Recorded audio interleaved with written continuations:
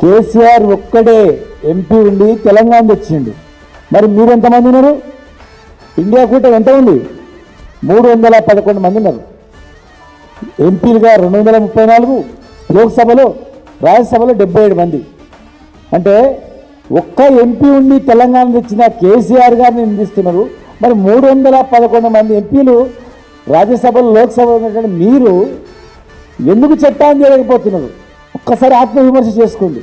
311 మందిలో ఒక్కరైనా పార్లమెంట్లో 9th షెడ్యూల్లో చేర్చండి, ప్రెసిడెంట్ ఆఫ్ ఇండియా దగ్గర బిల్లు ఉంది, తెప్పించుకొని పాస్ చేయండి అని ఒక్క ఎంపీ అన్న రాజ్యసభలో, ఒక్క ఎంపీ అన్న పార్లమెంట్లో మాట్లాడిందా?